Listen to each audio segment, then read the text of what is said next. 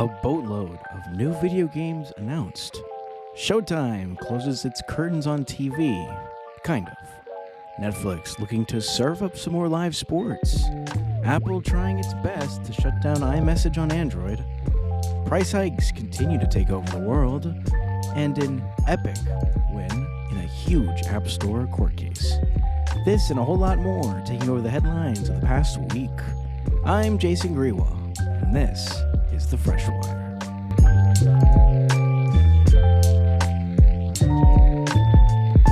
Hey everyone, hope you're all doing well. Welcome back to another episode of The Fresh Wire. I am your host, as always, every Tuesday evening tonight, Jason Grewal. As I'm recording this, it is 9:19 p.m., December 12th, 2023. Hope you're all doing well, wherever you are, however you live. I appreciate you tuning in.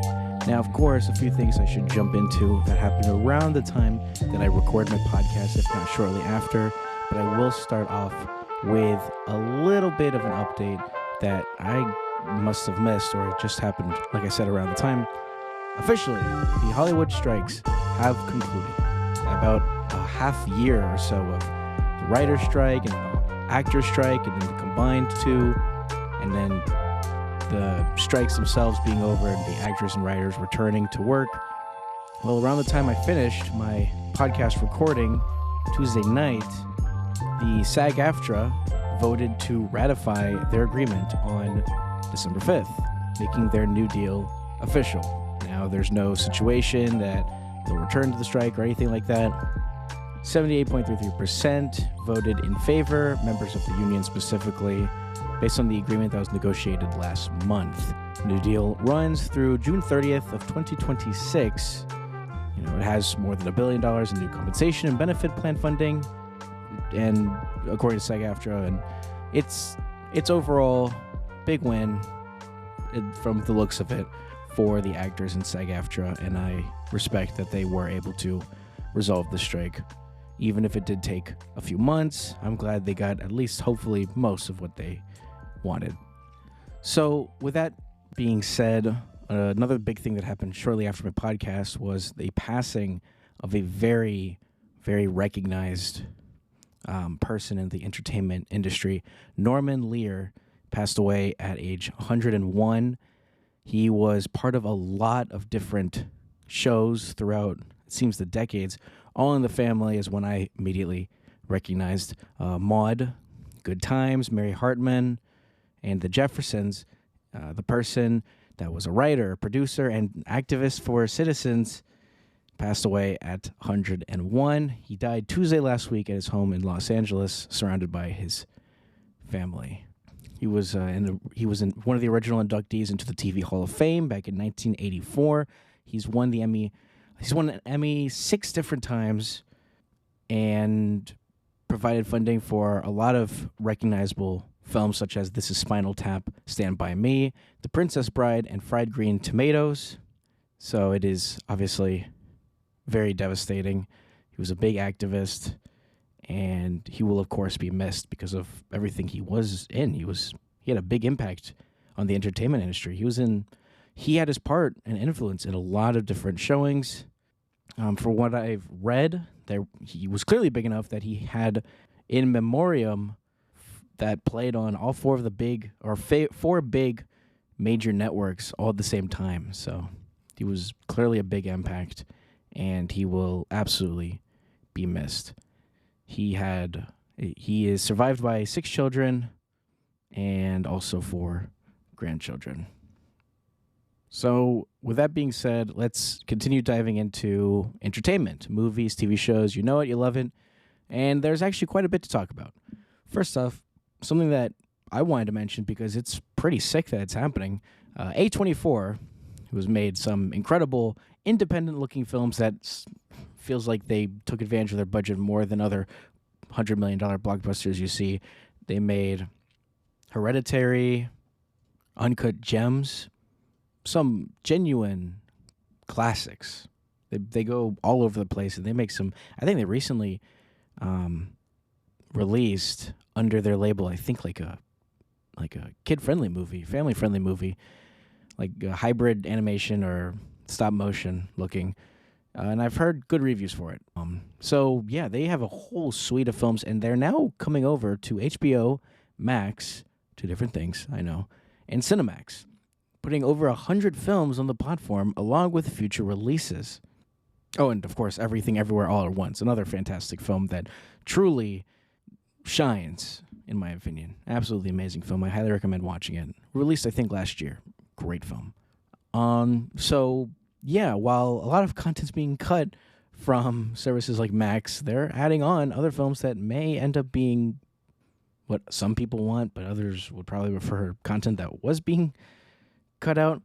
According to this article by The Verge, the agreement is a pay-one output deal, which means after new A24 films complete their run in theaters, they'll only be available on these WBD Warner Bros. Discovery-owned platforms for a set period of time. It's actually similar to a pay-one deal that A24 had with Showtime back in 2019, but that has since expired. So, yeah, pretty big deal. A24 films feels like they have smaller budgets, but they continue to feel just as grand as other like blockbusters may be. And I respect that. I respect that they're going for the money, but, more options, it seems to me. Now, last week in my podcast, I talked about how Disney Plus and Hulu looked to be finally combining together, and they ended up going for it, I think, the day after. Now there is a Hulu section as a sort of beta test in a way for Disney Plus, and according to a study, in terms of the U.S., these two services combined have own the most popular titles in the country. The studies by Amper Analytics finding that the combined streaming service would own more popular content titles in the U.S. than any other streamers. It would rank second in terms of catalog size behind Amazon Prime Video, but ahead of Netflix, the research firm said Monday. Here's a more specific quote. Combined, the Disney Plus/Hulu app will offer 9,000 distinct movies and TV seasons. Amper's latest title-level analysis of the content offer suggests, the firm highlighted. They mentioned 9,578 content pieces. So, adding some numbers to it. It's a study, of course. It's actually pretty far behind Amazon Prime Video. They're nearing 11,000. Of course, I remember seeing what's available on Amazon Prime, and I'll never forget seeing Minecraft Let's Play videos on Amazon Prime. Oh man, I totally can't get that on YouTube. But now it's one advantage. Oh, no ads natively is going away in a few months. So surprisingly, in comparison to other services, Netflix is around 8,400. Max has just under 7,000. Peacock around 6,400. Discovery Plus a little less than that. So if those two combined, they'd be the largest in the U.S. in terms of catalog size for sure. And Paramount Plus, I think I remember talking a few weeks back that they cut a massive amount from their catalog in recent months. They are at 3,606. So, yeah, pretty big if this goes through. From what I remember reading, not all shows and movies are on, and from Hulu are on Disney Plus. And also, if you have the Disney Plus bundle, where it's, you have Disney Plus without ads, but you have Hulu with ads, like me, Hulu will still, as far as I know, show their shows and movies with ads on the Disney Plus app. So no loophole there, unfortunately. I would love to upgrade. It's just I'm grandfathered into a plan that won't let me. So that sucks. But I'm glad that they're merging it in some capacity, to some extent. It's weird for a company to own two different streaming services, but now I'm noticing Max and Discovery Plus are owned by the same company. There were speculation that they were going to merge, and then they ended up not merging, but increased the price of Max anyway. So you win some, you lose a lot more. Speaking of Paramount Plus, Showtime, which for many may recognize as a very, maybe to some, beloved TV channel full of movies and some, original TV shows in comparison to HBO and the like. Well, they're getting a rebrand, and it's a very weird one because it kind of suggests something that I don't think is the case. They're adding Paramount Plus shows in the rebrand that's happening next month, and they're going to call it Paramount Plus with Showtime. That's what the channel is going to be called, which is very weird. Calling a channel Paramount Plus with Showtime. I'm going to assume this channel is just going to be included into the Paramount Plus subscription. I actually don't even know if I have Showtime, but this is a very weird rename. It kind of suggests Showtime is not the movie channel and that Paramount Plus is now a streaming service and a TV channel. But this isn't even the case of when it was HBO Max and HBO. You can kind of tell there. They're just straight up, because I think they have the new tier called Paramount Plus with Showtime, and I think it's the default tier too. Paramount Plus officially added Showtime programming in June, and that's when they rebranded it as Paramount Plus with Showtime. They said back then they would eventually rebrand the Showtime linear TV channel. Very weird. That's a little confusing.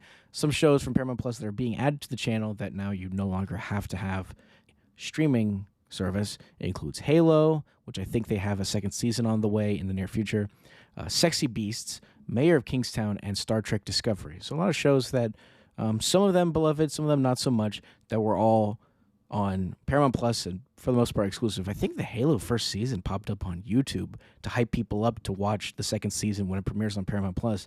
So that's a big selling point gone. But now you can just watch Halo when it pops up on Paramount Plus with Showtime, the TV channel. That is, I mean, come on. I can't be the only one that thinks that's confusing. And of course, this all comes as in the past few months, the company has laid off 25% of its staff in its TV networks division tied to the major and shut down historic brands including MTV News and Showtime Sports. I think I almost wanted to cover the shutdown of Showtime Sports, but it kind of strayed a little too far from what I normally talk about. But yeah, Showtime Sports, which would be like boxing and other types of sports and maybe documentaries, have been shut down along with the layoff. Very disappointing. But hey, now they can move on to something that's completely unrelated and hope people forget. But let me tell you, some never do. Speaking of streaming services as well, on to Netflix. In recent weeks, they had a pretty big racing live stream that I think had a lot of bugs and errors. I don't know. I canceled Netflix, so I ended up not seeing it. And now they will continue through with live sports as they're going to serve up a live tennis match. It'll be called the Netflix Slam, and it's going to be held in Las Vegas March 3rd. So there will be some pretty big tennis matchups, including one between 22-time Grand Slam champion Rafael Nadal and world number 2 Carlos Alcaraz. Sorry if I say those names wrong. So, yeah, pretty big deal. And, I mean, you know, it'll be streamed in both English and Spanish for global markets. And, yeah, I mean, it's the second in-house live sporting event by Netflix following the Netflix Cup last month, where that was a live golf exhibition match with PGA Tour pros featured in the Netflix docuseries Full Swing, pairing up with Formula One drivers featured in Drive to Survive. So I misremembered. I apologize. It had Formula One drivers, but it was golf. That really just shows that I didn't watch it, but I remember doing research for it. But I just mix it up. So Formula One drivers, and yeah, it's pretty interesting. And I'm curious. I don't know if there's a whole lot of like analytics behind it that at least Netflix released, but all the streaming services seems like they're trying to get into sports. Every time I watch a CBS football game, it's going to be Paramount Plus has live sports, or Max with its new BR or Bleacher Report sports add-on. So now they got a bunch of basketball there, and I think hockey. Of course, Disney Plus with its ESPN Plus, Peacock with their NBC stuff, Sunday Night Football, and their WWE. It's only Fox. Fox doesn't have anything like that. You want to watch Fox Sports, you need the channel, or if it's on Fox directly, good luck. You literally need like Fubo or something, which is pretty disappointing for internet streaming. Obviously, cable, different story. And that'll be it for the entertainment, TV, and movies section. Now, on to a little tech. And there's a lot of tech. There is a lot of tech. But before I get into any of that, there's what I would call a pretty big, or dare I say, epic win for Epic Games, the makers of the legendary Battle Royale Fortnite. 3 years ago, the company sued Apple and Google. There was a whole situation with the Apple one, but Google, in this case, was a total win for the game developer. The jury found in its verdict that Google turned its Google Play App Store and billing service into an illegal monopoly. So a little more specifics from this article on The Verge. They summed it up pretty well. The jury unanimously answered yes to every question put before them, that Google has monopoly power in the Android app distribution markets and in-app billing services markets, that Google did anti-competitive things in those markets, and that Epic was injured by that behavior. They decided Google has an illegal tie between its App Store and billing payment services too, and its distribution agreement, Project Hug deals with game developers, and deals with OEMs were all anti-competitive. A dramatically big win for Epic Games. I don't think the Apple one was anywhere near as one-sided as this one was, which, here we go, a little bit of an opinion, but you can still play Fortnite on Android devices. You can install the Epic Games launcher, and if you have a Samsung phone, you can get Fortnite directly through the Samsung Galaxy App Store. I should know. I have it installed. Have I played it? Not a whole lot, but I have it installed on my phone. Apple, I think to this day, you still can't play Fortnite on it. So it's pretty impressive that this victory was so huge for Epic Games when you can still play their game on there this whole time. But for Apple, it was more of a not really, kind of a loss, I remember reading, for both sides. And Fortnite remains unplayable. So, very interesting. Google has said that they plan to appeal the verdict, and I think they have very recently. And Epic Games, in a post on its company blog, said, quote, "Today's verdict is a win for all app developers and consumers around the world. It proves that Google's App Store practices are illegal, and they abuse their monopoly to extract exorbitant fees, stifle competition, and reduce innovation." Yeah. So, very weird situation, but it seems like the difference between this and the Apple one was the Apple one decided the fight had nothing to do with apps, but Epic v. Google hinged on secret revenue sharing deals between Google and smartphone makers and big game developers. And it looked like while Apple was able to mostly succeed in their case because of the App Store situation, Google got a little more screwed because of big reveals that the possibility that they were actually trying to keep rival app stores down, mainly because they were able to be installed in the first place, and they wanted people to use Google Play, from what I'm understanding. So now I'm not sure what's going to happen. It seems like Epic doesn't quite know yet either. The judge will decide what the appropriate remedies might be. Epic never sued for monetary damages. It wants the court to tell Google that every app developer has total freedom to introduce its own app stores and its own billing systems on Android. It's not known if the judge may grant these wishes. They will, however, meet in the second week of January to discuss potential remedies. So, yeah, pretty big stuff, and very, very curious how it goes through there. You know, big loss for Google, and you know, Android is meant to be very open in terms of being able to install apps, whatever apps you want, for better or worse. Recent times, there's been like the Play Protect integration where now it can kind of see, are you sure you want to install this? Are you really sure? And then maybe if it knows, it'll just try to block it. As far as I know, that hasn't happened with Epic Game Store, but you do have to go around a little settings, dare I say, to install something like the Epic Games launcher to install Fortnite if you don't have a Samsung Galaxy phone. So, pretty big. And I will keep my eye on where it goes in the second week of January. Now, small little head scratcher by General Motors. Earlier this year, they announced that they would be phasing out Apple CarPlay and Android Auto on its new EVs. So any 2024 electric vehicles made by GM, which can include Chevrolet, for example, will likely not have CarPlay or Android Auto. So now your only option is to utilize the built-in navigational system and infotainment system that's in the car, which it has been a very big problem. And recently, a spokesperson for the company has dove a little more into their reasoning in an article on Motor Trend, and it is a very, very weird one. Tim Babbitt, GM's head of product for infotainment, gave a better explanation at a press event for, this is an example, the 2024 Blazer EV by Chevrolet, the first and biggest flagship vehicle that does not have these two critically, in my opinion, important integrations with smartphones and cars. And he apparently said there's an important factor that didn't make it on into the discussion, specifically driver distraction caused by cell phone usage behind the wheel. Now, like I said, a massive head scratcher because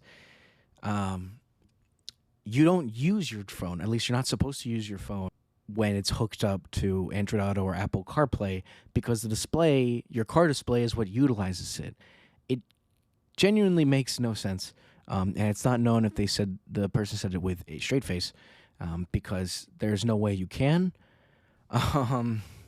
Apparently, according to Tim Babbitt, CarPlay and Android Auto have stability issues that manifest as bad connections, poor rendering, slow responses, and dropped connections. When they have issues, drivers pick up their phones again, taking their eyes off the road, which isn't something that they should be that worried about. GM has not tested this thesis in the lab or real world, but believes it has potential if customers go for it. The thesis being that if drivers are to do everything through the vehicle's built-in systems, they'd be less likely to pick up their phones and therefore be less distracted and safer behind the wheel. I don't... no. I don't think that's genuine. And you know what? I guess by nature I have to mention this, but there was actually an update after the Motor Trend story about this was published. GM provided the following statement, quote, "We wanted to reach out to clarify the comments about GM's position on phone projection were misrepresented in previous articles and to reinforce our valued partnerships with Apple and Google and each company's commitment to driver safety. GM's embedded infotainment strategy is driven by the benefits of having a system that allows for greater integration with the larger GM ecosystem vehicles." So I really don't know what to do there with what to take from that. Other than, as far as I know, no Apple CarPlay and Android Auto is only with new EVs. I don't know why it has to be just the EVs or just any car or any car at all. But they're pretty much saying, no, we still value our partnership with Apple and Google. No. Even though they just had a person from GM say, we removed them for driver safety, which kind of makes it seem like having them is bad. And if that's the case, why not remove it from all your vehicles? Why just the EVs? So very dumbfounded and impressively crazy, but it's actually not the only crazy thing to talk about. In recent weeks, I've been talking about this big app that released for Android that allows iMessage to work functionally. Originally, there was an iteration of it that looked extraordinarily insecure that was shut down by the developer. And then Beeper, a startup, came out of nowhere and introduced that you can natively run iMessage without any relay or anything of the nature. But Apple this time stepped in because unlike Nothing Chats or Sunbird, where it was extremely insecure and Apple was like, they're going to shut down themselves, and they did. Beeper looks genuine and functionally correct in terms of its capability, and they said they're gonna add more like SMS, RCS, FaceTime integration even. Although to be fair, you can FaceTime with Android and Windows. It's just an Apple user has to share you a link to it, but it is possible. Natively though, no, it's not. Well, in recent days, there's been a huge face-off between Apple and Beeper. Not too long after Beeper Mini, the app that allows native iMessage on Android, released, Apple was able to block it. And funny enough, I remember when this whole thing came out that with Beeper Mini, the way it worked was so deeply ingrained into iMessage that for Apple to allow it to cease to function, they would have to rework a lot of iMessage aspects, server-wide, or server-side, sorry. And they could go in a lot of different routes, but it looks like they were able to go through a route that did not affect actual iMessage users at all, and only Android ones. So as of now, you are not able to register your phone number with iMessage through an Android phone at this time. You can, however, they were able to bring it back to a degree that you now have to sign in with your Apple ID. Previously, you didn't have to, which was really extraordinary. And now you can utilize with a email address, which is functionally equivalent to owning an iPod Touch, RIP. I own one, where you can set up iMessage, but if it's not an actual phone with a phone number, then you have to hook it up with your email address and then go from there. But you don't really want to do that with just an iPod Touch and an Android phone. I learned that the hard way, but it was a birthday gift, and I liked it otherwise. So now this could be a bit of a cat and mouse game, and also Beeper Mini will be, at least for now, free to use. Previously, there was a $2 a month subscription after a 7-day free trial, but in a statement by the company behind Beeper, they said, quote, "Things have been a bit chaotic and we're not comfortable subjecting paying users to this." Understandable completely. It actually made me install it. I haven't really messaged anyone through it because I'm worried that I don't want to message people through it when my phone number is not attached, and then all of a sudden their messages get sent exclusively to my email address and not my phone number. And either way, I don't really message many people with my phone number anyway. So a whole ordeal that really seems like unnecessary but necessary, because there's a very stupid war between green and blue bubbles in the U.S. and I think pretty much nowhere else in the world. And RCS is soon going to be added to iMessage, so any technical limits that green bubbles offered because of it's behind such an archaic standard, SMS specifically, it'll still be green bubbles, but they won't be, there's a chance that group chats won't be as screwed up as they do now when a green bubble, or rather Android user, joins an iMessage group chat. And I don't know. It's going to be very interesting. By the way, what Apple said was that it was, insecure, big vulnerabilities, exploitable, and Beeper has responded to that statement. Apple's initial statement, that's app, which is based on a reverse engineering of the iMessage protocol, comes with potential risks to user privacy and security, which is why they not only said they've shut it down, but that they'll continue to shut it down as it continues to pop back up. I think Apple is scared that Android users finally have a legitimate way to utilize iMessage, albeit with what was supposed to be a monthly paid service. And they want iMessage to stay locked down in Apple's devices. If you can't tell, I'm not exactly pro-Apple. I only own an iPod Touch. I've always personally hated how locked down Apple's ecosystem is. At least I'm all in on Samsung now, but if I ever move to a Google Pixel smartphone, a lot of my Samsung accessories will very likely still work. That's completely untrue with Apple. And I don't even want to get into the Find My Device network that Apple continues to lag behind with integrating AirTags into this whole network that should include Google's devices as well. And until that happens, this whole network can't open up or anything like that. It's a whole ordeal. You can do your own research if you want to. When that gets a big update, I will absolutely cover that in a future episode. But it has been months since that happened, and I'm not really going to get into it now because it's pretty old, temporarily at least. And by the way, this whole fight between Beeper and Apple, you wouldn't think would get that big. And it did. It did get that big. An entire U.S. Senator, Elizabeth Warren, has now stepped in and gave her take on the whole ordeal, saying, quote, green bubble texts are less secure, so why would Apple block a new app allowing Android users to chat with iPhone users on iMessage? Big tech executives are protecting profits by squashing competitors.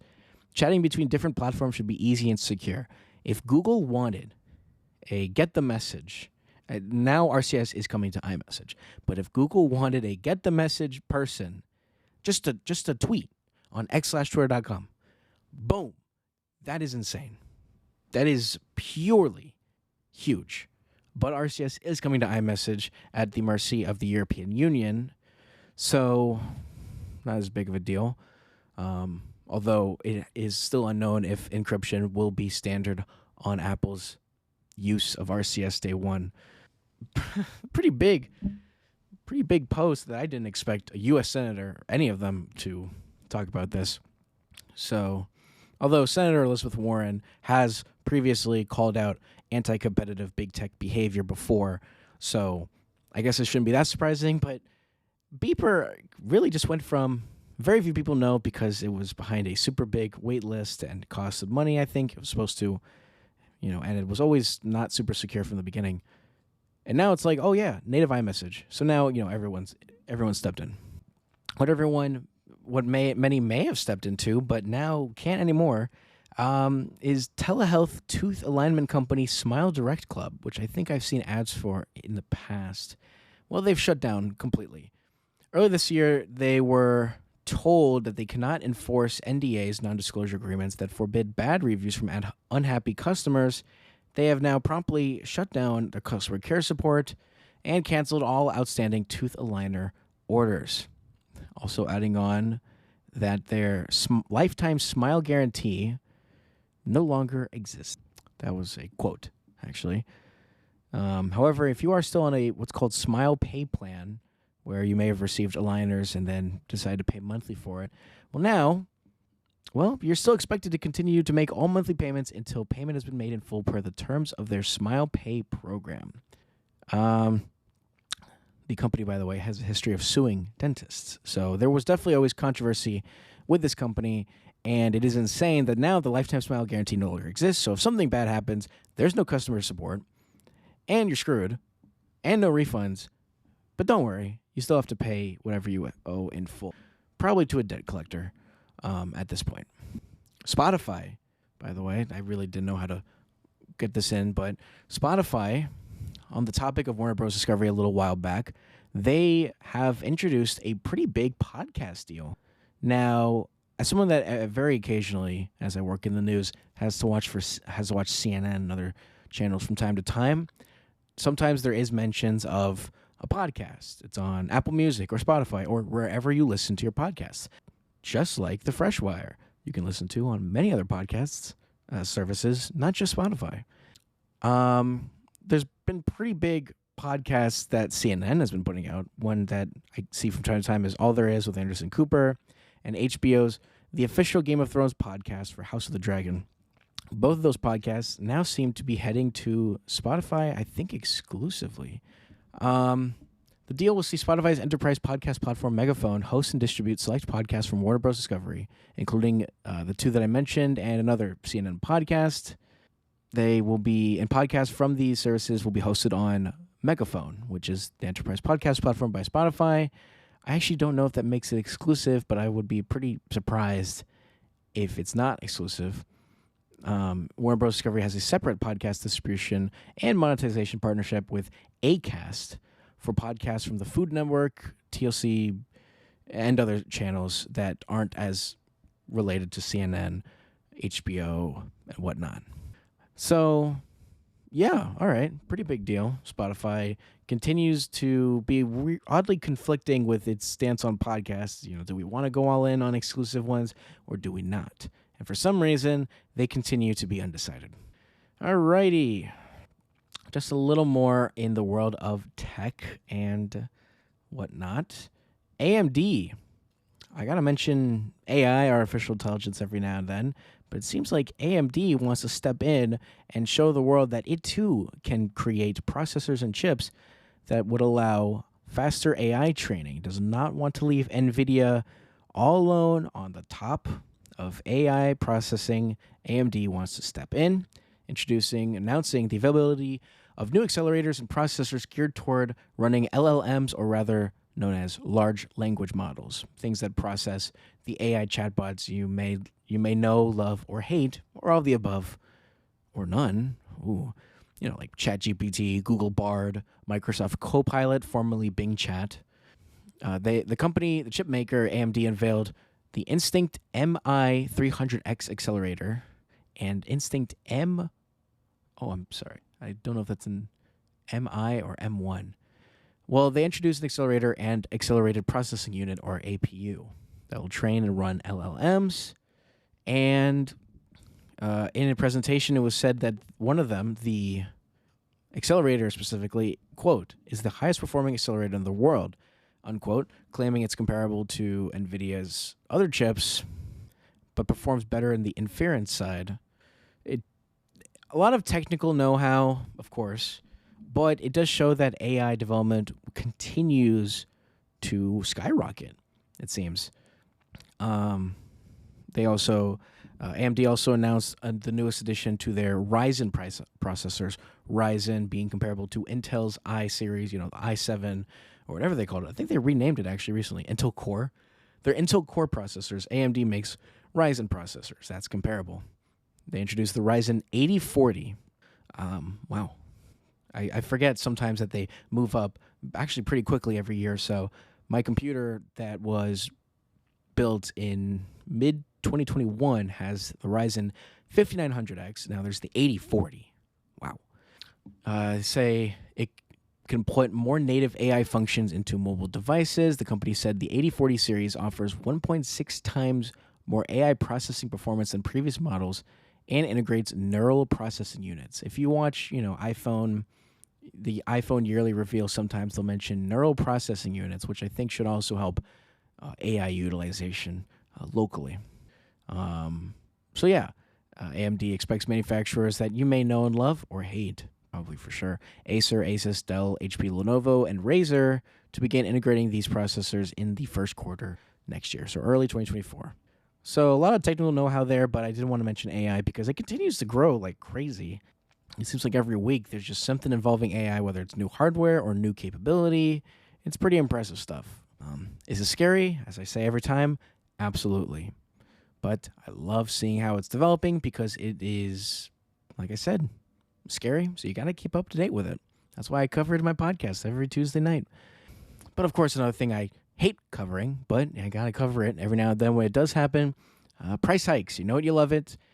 I may have mentioned a while back that YouTube Premium had a price hike for their YouTube Premium service, but it was not set in stone for legacy subscribers, people that before YouTube Premium may have had what was called Google Play Music or YouTube Red, which I think was the former name of YouTube Premium stuff, I think. Well, now they too, beginning in January, will owe the recently instated $13.99 per month fee. Google previously said it was going to give legacy subscribers a grace period before bumping them up to the higher fee. That period is now coming to an end. So if you were grandfathered into YouTube Premium and had the lower price, you're ready to pay up or not and cancel and combat maybe the ad blocking situation with YouTube. It is against the terms of service, so I have to not support it on my podcast, but I cannot stop you. All right, that's for all the tech. And now we're going to jump into video games. And let me tell you, a lot of video games were announced. Just Thursday night last week, a big game of football, but of course this took my precedent, in my opinion, because wow, a lot of big stuff was announced. If you're a video game enthusiast, you probably recognize the name of Hideo Kojima. And if you're a video game enthusiast, you've probably already looked into the Game Awards, but I'll recap a few things that were announced. The person behind Metal Gear Solid has announced a game, an Xbox project that was rumored to be worked on for a very long time, titled OD. Jordan Peele, very beloved in the movie industry, is a collaborator on the project, and it is touted as being more than a game, but of course, being Hideo Kojima, it was not specified further. A big surprise, as Death Stranding 2 was expected to be shown off in some capacity, so seeing Hideo Kojima and it being a brand new game was a big surprise. Another big surprise for many is new free DLC for one of Sony's latest and greatest games, God of War Ragnarok, I think released late last year to critical acclaim across the board. It's getting free DLC, taking the elements of roguelike and infusing it with God of War combat. Like I said, it's free and actually released earlier today. So for anyone that has it on PS4 and PS5, well, enjoy. I can imagine it's just A-okay, and it being free DLC, I don't see the harm in checking it out. Another thing that I would probably check out when it happens is Marvel's Blade, in development by Arcane Studios, part of Bethesda, makers of Skyrim, and owned by Microsoft. I think it's actually been said that it's not known if this is going to be an Xbox/PC exclusive, but we'd have to wait and see, as apparently development just started on the game. And it's going to be, quote, a mature single-player third-person game set in the heart of Paris. I'm excited for that. No gameplay was shown, which I hate, genuinely, but, I'll keep my eye on it. And another thing I'll keep my eye on, Sega, the beloved makers of Sonic, Virtua Fighter, the Genesis, the Dreamcast, RIP, they announced not 1, not 2, not 6, but 5 new games in development, all utilizing older properties that have kind of been dormant for the most part. Games on Jet Set Radio, which blew my mind, Shinobi, Golden Axe, Streets of Rage, Crazy Taxi, and more. It's a likely situation that Virtua Fighter may make an appearance. They released a remastered version, I think, for PS4 and I think Xbox One not too long ago. So, yeah, no dates or other info was given besides the trailer. And for longtime Sega fans, it is, of course, extremely exciting. Now, if you know of the game No Man's Sky, the developer behind it, Hello Games, also the beloved makers of Joe Danger and Joe Danger 2 the movie, actually a video game, 10 years ago, they announced No Man's Sky at the Game Awards. 10 years later, they announced a extremely ambitious new game called Light No Fire, looking to be a very ambitious open-world online multiplayer game. I think the person on stage said the first real open-world Earth game or whatever, showing in the gameplay itself, which is very early, and they said they've had a small team working on it as they continue to put full effort into No Man's Sky updates, which, by the way, have really turned the game around and has made it an extraordinarily good experience. The gameplay that was shown off included building, dragon riding, and cooperative elements. I'm excited for more info when it comes around 5 years from now and 10 years from now when it's actually good. Or rather, I hope it's just good day one. DLC for Final Fantasy XVI was announced, some of which was released later that night. The other DLC releasing early next year. Looks pretty good.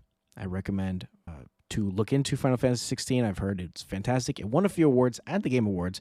Not Game of the Year, though. That went to Baldur's Gate 3, which won a boatload of awards. I think it's a turn-based RPG. I haven't seen a whole lot of it, but everyone that's played it, or almost everyone, has absolutely loved it. And yeah, it kind of came out of nowhere and took everyone's hearts, which I respect. Those were the big reveals from the looks of it. A new Dragon Ball game was also shown off. A game from the makers of Untitled Goose Game was also shown off that is surely to take the hearts of many live streamers when that launches in 2025. A new game for Jurassic Park was also shown off. A revival of a canceled action game from the early 2000s titled Jurassic Park Survival. A new Square Enix game, Visions of Mana. A new look at Final Fantasy VII Rebirth. A whole lot of games were shown off, including one with Matthew McConaughey. That was a big surprise, seeing him there. Anthony Mackie was also in attendance, not just to announce a game award, but also to say that Twisted Metal, a show on Peacock based on the game of the same name, confirming that Season 2 is on the way because of how well received Twisted Metal was. It did not receive Best Adaptation, though. That went to The Last of Us, which I've yet to see, but I've heard is absolutely amazing. Also, World of Goo 2, based on the sequel from the 2008 game World of Goo, that was a big hit on WiiWare, that I remember playing the heck out of and loving. 15 years later, 15 years, they finally announced the sequel. Pretty cool stuff. And, of course, the big one that I got to mention, the last reveal, was Monster Hunter Worlds, a new Capcom game that is the first Monster Hunter, the first new and exciting and just new Monster Hunter. 2018 was Monster Hunter World for PS4 and Xbox One. This kicks off a new generation, launching on PC and current-gen consoles. 2025, they did not show a whole lot of it, but it looked pretty good. It also kind of looks like Monster Hunter. Nothing too groundbreaking, but I'm certain it's because it's in what I think is early development, 2025. It'll be directly competing with Grand Theft Auto 6, though, which I talked about in my last podcast episode, which is releasing in 2025. How's that going to end up is anyone's game. No pun intended. And speaking of a little more on Epic, there was a bit of controversy that I remember it being discussed. I don't remember where the details were released or reportedly leaked, but one of the biggest companies at Fortnite, the game made by Epic Games, was never really able to make a collab with, even to now, was Nintendo. Almost anything else, I mean, even Family Guy, Peter Griffin is now in Fortnite. There's very few characters I can think of that may be really wanted that is not in Fortnite, but of course, most of them are very likely Nintendo characters. Star Fox, Samus from Metroid, Super Mario, and all his friends, Donkey Kong. None of them are in Fortnite, and they very well could. Link, easily. But in a statement, Epic's head of Fortnite's ecosystem, Sax Pearson, has said, quote, Nintendo has their strategy and we have our strategy, and we hope at some point, unquote, that they will be able to use their characters one day. Quote, our players would love it.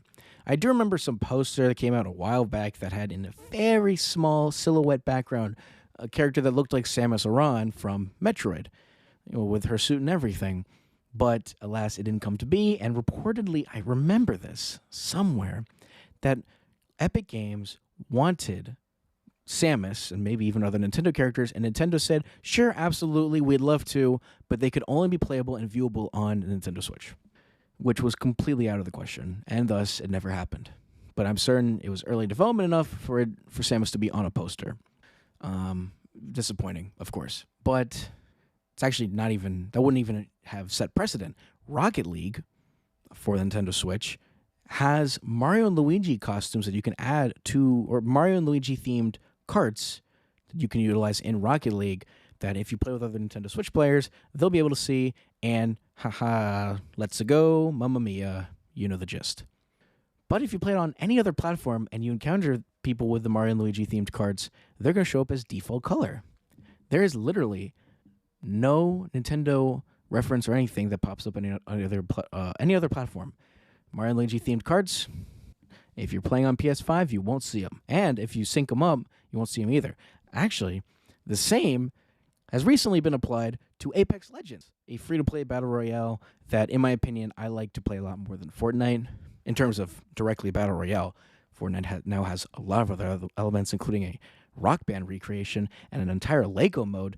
Crazy, all the new stuff they announced recently.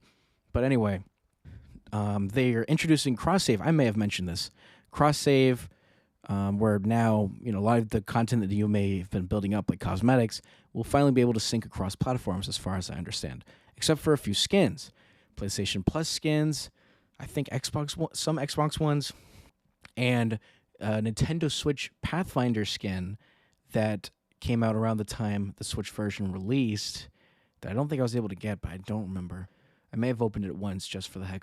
That will not transfer over. You will only be able to utilize that skin.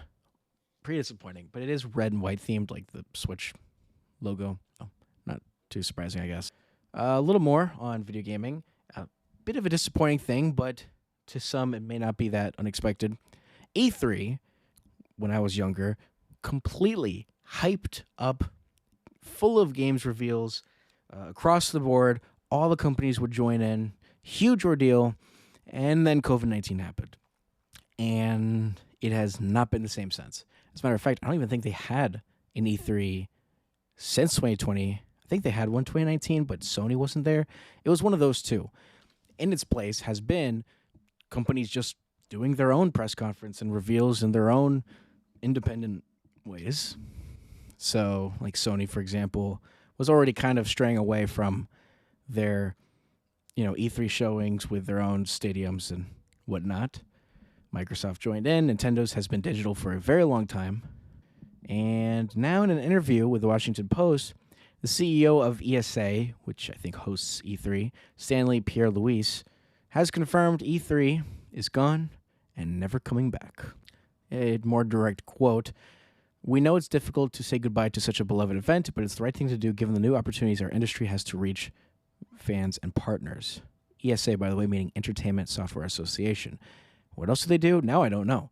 they've been a nonprofit trade organization that ran the Electronic Entertainment Expo. That's what E3 stood. There hasn't been an in-person E3 since 2019. In 2021, it actually did return. Oh, that's a little... I must have forgotten. As a digital showcase. In 2022, it was canceled, but promised that it would return 2023 as a hybrid online and in-person event. But, yeah. Big replacement that seems to have taken over by storm is the Summer Games Fest, which is hosted by the same people that run the Game Awards, which happens at the end of every year. So now there's just two big opportunities for smaller developers to reveal anything that they're working on for the next several months, maybe a year or more. One in the summer, which used to be E3, and now it's been this way for the past 10 years, but the Game Awards. So, and there's always the smaller ones like CES and maybe even South by Southwest that happen every now and then. So, yeah, RIP E3. As a kid, I always dreamed of going to E3 and covering the latest and greatest and meeting with, legendary people that work in the video game industry. And now that is no longer the case, which is disappointing, but nothing we can do about it now. Something that Microsoft, or at least the developers specifically, can also do nothing about, no pun intended, or rather, good transition, is that a union for ZeniMax Studios, the makers behind the Elder Scrolls Online, which is based on a beloved property like Bethesda, Skyrim, Elder Scrolls, they have reached a deal on how AI can be used in the workplace. The workers have bargained with the tech giant Microsoft to implement 6 principles for the use of AI. The use and development of the technology specifically must be, quote, reliable and safe, private and secure, inclusive, transparent, and accountable. A little bit of backstory. Aligned with the Communication Workers of America, the ZeniMax Union represents 376 quality assurance QA professionals and contractors. It was first formed in January after a card count, becoming Microsoft's inaugural domestic union. The group says now it has become the first labor group in the video game industry to reach a deal with its employer over the use of. These sort of negotiations have been worked through since April. Once a tentative deal is reached, members will be able to weigh in on the terms of the deal, including its AI language, in a ratification vote. Now, a little bit of more union info that I wanted to cover. Wasn't sure, but this article by The Hollywood Reporter, great stuff, by the way, actually talks about this came the same day as Microsoft announced it is forming an alliance with the U.S.'s largest labor federation, the AFL-CIO, on artificial intelligence. The new partnership is encouraging information sharing between the company and labor groups. The company also committed to maintaining a neutral stance on worker organizing efforts by AFL-CIO member unions. And a little bit of context, in addition to the CWA, the AFL-CIO includes SAG-AFTRA, the WGA East, and IATSE as members. Partnership set to begin its work starting early next year. So big stuff, pretty big stuff. Always got to fit in a little union mention here and there, and well, big stuff. Excited to see where it all goes. Now, a little bit of futurology talks. You know it, you love it, maybe you hate it, maybe you fear it. Well, this one I kind of fear. On an article by New Scientist, here's the headline: AI made from living human brain cells performs speech recognition. You definitely don't see that every day. And before I continue, it is, according to them, a proof of concept to show they can do the job. They have a long way to go. So a little know-how.